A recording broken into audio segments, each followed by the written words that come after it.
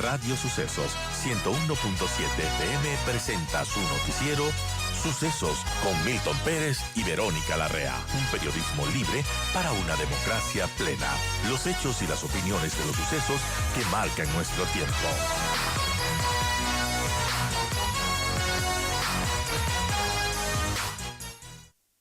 Continuamos con las entrevistas y de este caso que, bueno, ya tuvo su sentencia este viernes del caso Villavicencio, y es que 11 meses después del asesinato del entonces candidato presidencial, el periodista Fernando Villavicencio, y tras varias denuncias de tropiezos durante este proceso judicial, el Tribunal de Ecuador dictó la sentencia máxima para los autores y cómplices en este crimen que ocurrió, recordemos, el 9 de agosto del 2023, del año pasado, cuando Villavicencio salía de un mitin en Quito en medio de la campaña presidencial. Así pues, la Fiscalía informó que, sobre la base de las pruebas presentadas durante este proceso, el tribunal decidió por unanimidad condenar a 34 años y 8 meses de prisión a Carlos Angulo, alias Invisible, como autor mediato, con la misma pena para Laura Castillo, alias La Flaca, como la coautora. También condenó 12 años de prisión en calidad de cómplices a Eric Párraga, Alexandra Chimbo y Víctor Flores, quienes se dijo cooperaban con la logística, información relacionada con la ubicación del entonces candidato el día del ataque. Esto según lo dijo la fiscalía. Durante el juicio también los ahora sentenciados y sus abogados han insistido en que no tienen relación con el crimen y que no hay pruebas suficientes para vincularlos. Todos se negaron a responder a las preguntas de la fiscal del caso, Ana Hidalgo. La fiscal sostuvo que la coordinación con los sicarios para ejecutar el asesinato de Villavicencio salió de la celda de Carlos Angulo, quien estaba detenido en la cárcel de La Tacunga, una de las más conflictivas de nuestro país y desde donde operan, o se dice que operan, miembros de la banda delictiva Los Lobos, a la que pertenecían algunos grupos y algunos procesados por este crimen. También Hidalgo aseguró que tras el levantamiento de evidencias como videos, conexiones telefónicas, rastreo de lugares, perfiles genéticos y demás, informes de inspección ocular, técnica, partes policiales, cruces de chats, conversaciones, la fiscalía determinó que fue desde allí donde se ordenó este asesinato. También se sostuvo durante el juicio que Castillo, sentenciada como coautora del asesinato, fue la encargada de proporcionar la logística, la información sobre los lugares donde Fernando Villavicencio se encontraba, y también fue identificada por la fiscalía como miembro de los Lobos.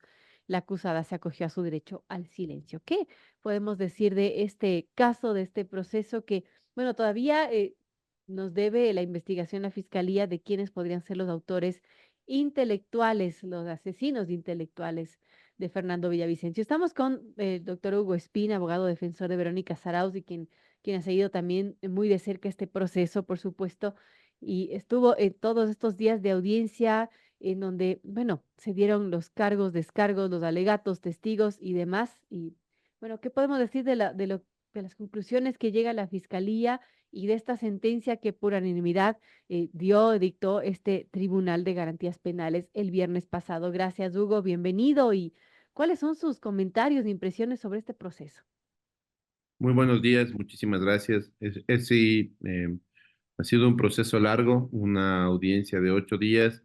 Se escucharon 78 testimonios de 211. Se excluyeron 23 pruebas de 41 presentadas por Fiscalía. La defensa de los procesados no presentó prueba, presentó únicamente, pidió que se le escuche a los mismos procesados, quienes dijeron una intervención muy limitada, se negaron a contestar preguntas y no aportaron en nada sobre el esclarecimiento de los eventos, ni siquiera sobre su propia situación jurídica. Esto luego de haber pedido que se suspenda por 8 días la audiencia, precisamente para conversar con sus abogados, lo cual resultó absolutamente inoficioso.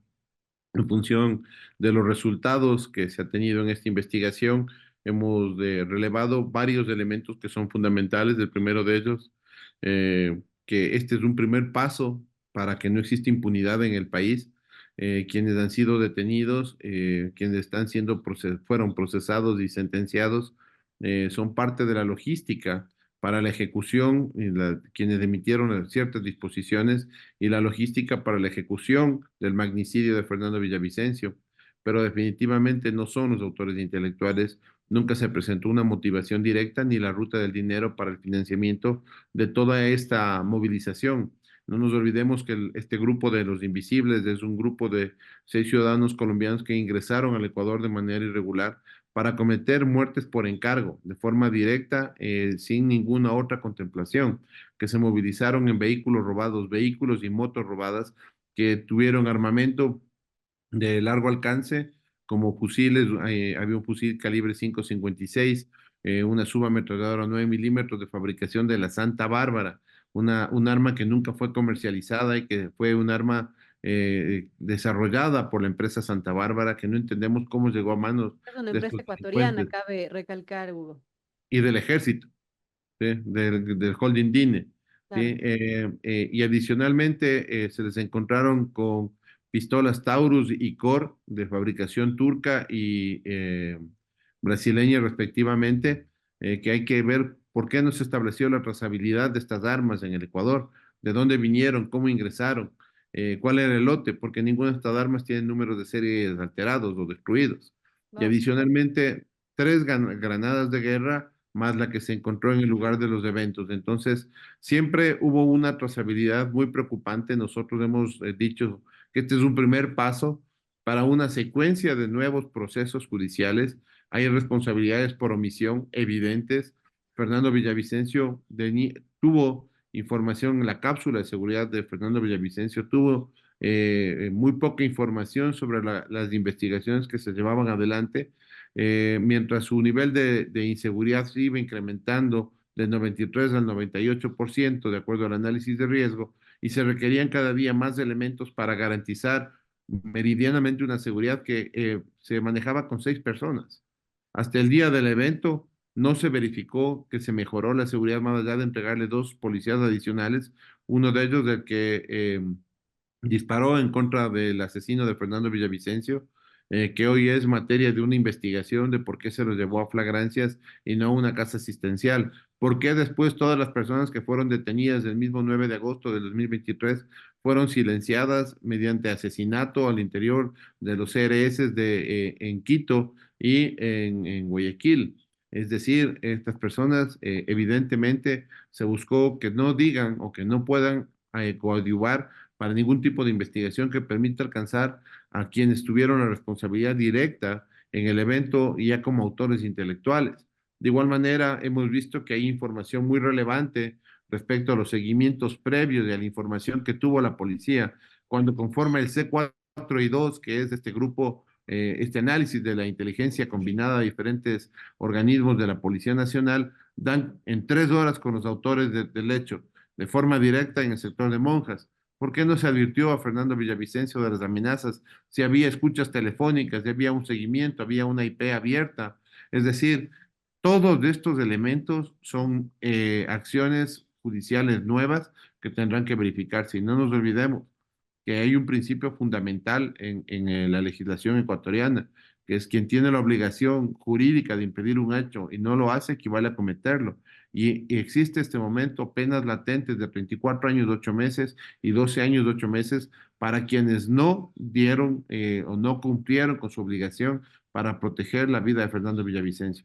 Si bien es cierto, lo que buscamos en este momento es que no haya impunidad, no es menos cierto que una justicia reparativa determina que estos hechos no vuelvan a suceder. Es decir, que las personas que tienen la responsabilidad de garantizar la vida de otro ser humano y que se encargan de una cápsula de seguridad tienen que asumir la responsabilidad en toda su real dimensión. No puede tomarse esto como un tema de simplemente, fallamos y no pasó nada. Claro. Aquí hay una persona que falleció en medio de 50 policías y esto también tiene una corresponsabilidad directa, como lo hemos venido mencionando.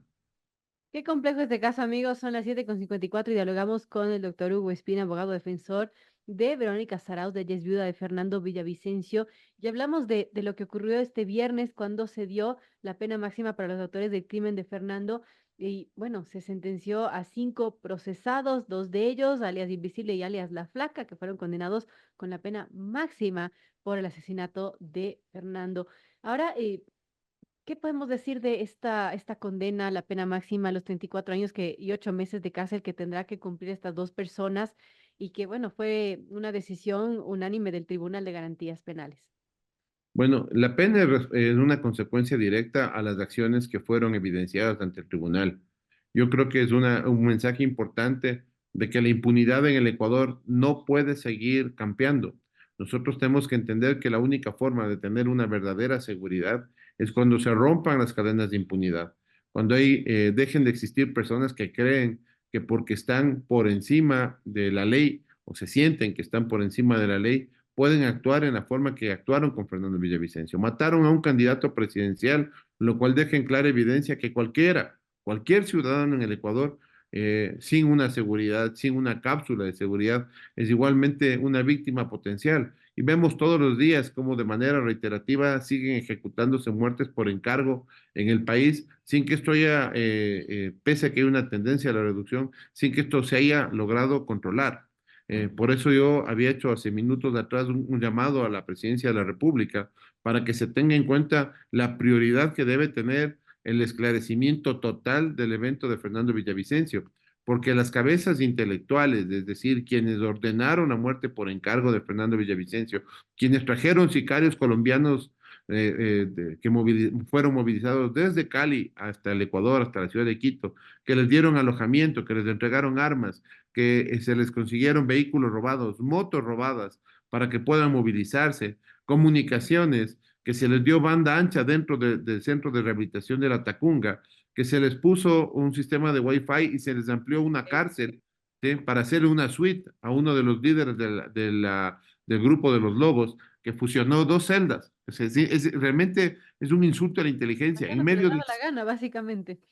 por supuesto, en medio de 5 estados de emergencia en el gobierno anterior, había una persona que decidió que su celda era más pequeña de lo que esperaba y como buscaba algo de comodidad, rompió las paredes, amplió ventanas, puso revestimientos en las paredes de PVC. Esto lo dijo los policías que llevaron adelante el allanamiento. Encontraron sistemas de Wi-Fi, es decir, un sistema de red de comunicaciones internas. Entonces, no nos sorprendamos si es que por la puerta grande entró 2 líneas de fibra óptica por las cuales pagaban $500 mensuales por cada una, $560 mensuales, y que no necesitaron sino la firma de un contrato entre un PPL y una pseudo comercializadora de Internet.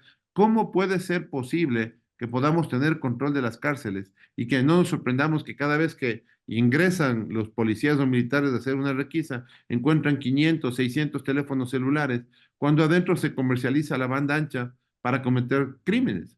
No, no es concebible que se haya dado una autorización para la zona de máxima seguridad, ¿sí? Y que a nadie le haya llamado la atención, ni siquiera a la propia fiscalía que no les procesó a estas personas. ¿Sí? Entonces, son muchos interrogantes que están en el camino, que todavía tienen que seguirse develando. Hay que entender que no se ha hecho todavía la trazabilidad de las armas, nunca se hizo la reconstrucción de los hechos con la fijación de trayectorias balísticas para identificar la posición de cada uno de los tiradores, un elemento básico Ahora, dentro de todo estos esto, delitos. ¿en qué momento se investiga o tendría que investigarse? ¿O este proceso con esta sentencia ya queda cerrado, Hugo? Este proceso respecto de las personas investigadas queda cerrado, pero siguen las líneas de apelación, es decir, todavía ellos tienen una línea de una apelación ante la Corte Provincial y un recurso de casación ante la Corte Nacional. Y eventualmente pedirán que se ha violentado derechos constitucionales e irán a un recurso Claro. extraordinario de revisión ante la Corte Constitucional para agotar todos los estamentos. Pero adicionalmente hay que tomar en cuenta que se levantaron nuevos elementos que no pueden ser desatendidos y por esto hablamos de que dentro de este íter crímenes, dentro de esta ruta del delito, se tiene que alcanzar a otros niveles como son los autores intelectuales, la trazabilidad del dinero, las responsabilidades directas e indirectas, indirectas de quienes tenían la obligación jurídica de impedir un hecho y no lo hicieron, y la responsabilidad directa de quien dio la orden para que se ejecute la muerte por encargo de Fernando Villavicencio. Todo ello en base a nuevos indicios, nuevas investigaciones que ya están adelantándose en este momento y que por lo tanto para nosotros es muy importante ver los resultados finales. Ahora, Hugo, ustedes como parte de la defensa de la viuda de Fernando Villavicencio, de Verónica Sarauz, también podrían apelar y pedir que justamente se investigue estos elementos que se ha señalado, la trazabilidad de las múltiples armas que se utilizaron, todo lo que nos menciona Hugo. Apelar no, porque estamos conformes con la sentencia en la línea directa de responsabilidades fijadas. pero sí hay procesos abiertos, hay un proceso abierto por omisiones de parte de quienes estaban encargados de la protección a nivel estatal, en todos los niveles, que va desde la propia cápsula de seguridad hasta el Ministerio del Interior y el propio presidente de la República, porque él dispuso elecciones anticipadas en el país y era una responsabilidad del Estado garantizar la seguridad e integridad física de todos los candidatos, no del que tenía más porcentaje de aceptación o votación o tendencia de voto, porque después de la muerte de Fernando Villavicencio todo cambió. Entonces no era solo un tema de garantías generales, era un tema de garantías específicas y de responsabilidad directa del Estado. Hay un tema sobre que estas personas que dispusieron la muerte de Fernando Villavicencio siguen libres y pueden seguir disponiendo de la muerte de otras personas más si no lo han hecho ya. Y tenemos que entender que esta estructura, si es que hablamos de un plan Fénix, el primer caso que tenía que haber sido dedicado al 100% tenía que haber sido este evento en el que un candidato presidencial fue asesinado. Es decir, son una secuencia de eventos que yo creo que están todavía en el aire y que tienen que ser estructurados debidamente para irse cerrando en forma definitiva.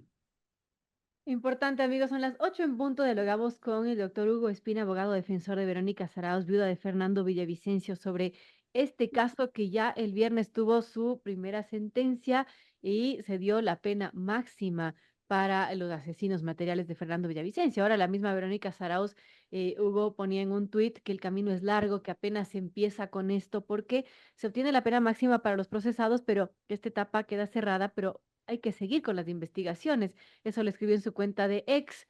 Y bueno, ¿qué sigue ahora? Porque entiendo que Fiscalía, como usted mismo me lo comentaba en una entrevista anterior, abrió una investigación para dar eventualmente con los autores intelectuales de este crimen. También tenemos esta situación de recompensa que el Departamento de Estado de los Estados Unidos ha ofrecido hace un año, una recompensa de $5 millones por información que se lleve al arresto y condena de los responsables de este asesinato. Bueno, yo creo que se han dado pasos importantes, siguen dándose y tendrán que darse muchos más. Uno de ellos es justamente contar con una verdadera asistencia penal internacional que permite el análisis de la información sin que todo esto se le delegue a la propia policía, que en su momento ha sido cuestionada por cómo se manejó la información, porque las fuentes de inteligencia dentro de este C4 y 2 pudieron haber advertido de la amenaza a Fernando Villavicencio, de los movimientos de estas personas que después fueron detenidas horas más tarde por la propia institución y que obviamente quien está comprometido no debe ser quien investiga. Y esto es un tema que tenemos que llevarlo adelante de una manera diferente y eso es lo que vamos a pedirle a la Fiscalía que lo haga así. De igual manera, yo creo que se han abierto la punta de un largo ovillo en el que las aristas tienen que darlas la propia Fiscalía. No podemos nosotros entender que los particulares seamos quienes llevamos de investigación cuando la responsabilidad jurídica está estructurada de acuerdo al 195 de la Constitución, justamente sobre la Fiscalía General y todos sus elementos que se encuentran bajo sus dependencias. Bueno, un tema complejo, estaremos muy pendientes de lo que suceda y sí, como mencionaba la viuda de Fernando Villavicencio, esto solo inicia, este es solo el comienzo con esta sentencia de pena máxima para los autores materiales, porque en realidad lo más importante es ver quiénes son los autores intelectuales y ojalá que se dé con esta información, que se investigue los cabos sueltos que nos ha expuesto el doctor Hugo Espino hoy día y bueno, que se aclare todo este crimen tan execrable, rechazable y que no existe impunidad en nuestro país. Gracias al doctor Hugo Espina, abogado Muchas defensor gracias. de Casados, Lindo por día. estar con nosotros.